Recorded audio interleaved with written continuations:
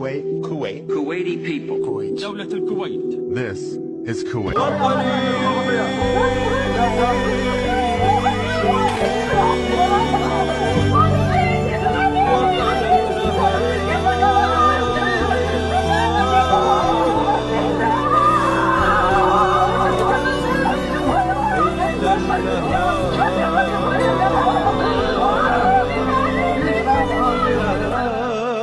لازم الجيل الحالي يعرف ان في ناس ضحت عشان تبقى الكويت.